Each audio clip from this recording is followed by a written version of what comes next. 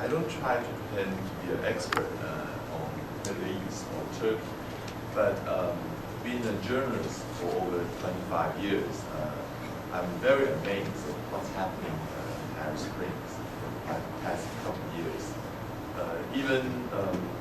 I still remember every Friday after the prayer, we will wait and see if there's another government to be toppled from the revolution. So this is a very exciting time for us. But there were several observations I'd like to make during the whole process. It's all concerning about democratic change. First of all is, my question is, the election result does not produce legitimacy in all the Arab Spring cases. The most obvious one would be in Egypt. We are seeing Muslim Brotherhood is the most capable group with the most mobilization ability. But President Morsi, after getting elected, it was resented by the popular, by the most people, and then the people even support a military coup against him. So why is it that happening? Why is there's no legitimacy coming out of the election? That's my first question. And the second one would be,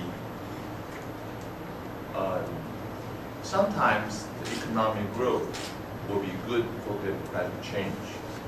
But in Arab Spring, we are seeing sometimes the rich countries would use its resources to suppress the revolution. Usually, the rich country ruler will buy his way out, like Saudi Arabia, or we are seeing in Kuwait. They are not only spending their money to try to co-opt the people, they are also sending out troops against those people that are opposing it. Saudi Arabia even sent troops all the way to Bahrain to suppress the rebellion. So what's the relation between if you are a rich country or you are a poor country? We are seeing there's a lot of revolution happening in poor countries, Libya or Tunisia or Egypt.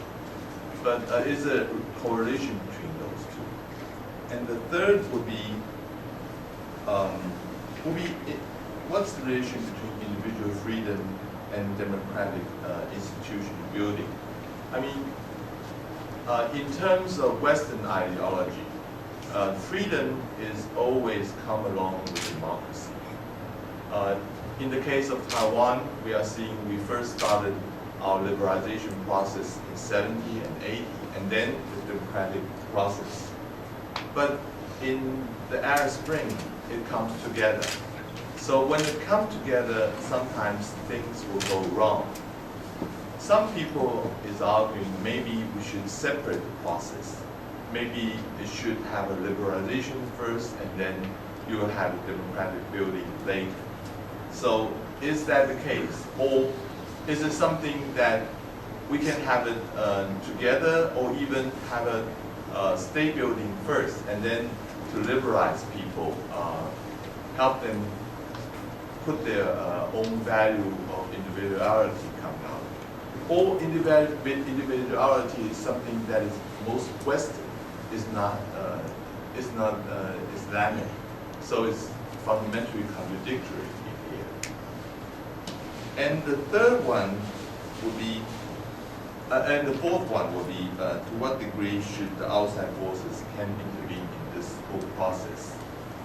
The democratic process should be an internal one. But we are seeing, especially what's happening in Libya, and later on we are seeing what's happening in Syria. The outside forces have intervened in Libya cases, but it turned out to be a very bad result. We are still seeing the democratic institution haven't been built up. There's still internal conflict going on. So is it wise to intervene from outside into the Syria situation? I understand that Turkey have been supporting intervening, but coming back, is there a reflection on that? That's my full observation. Thank you.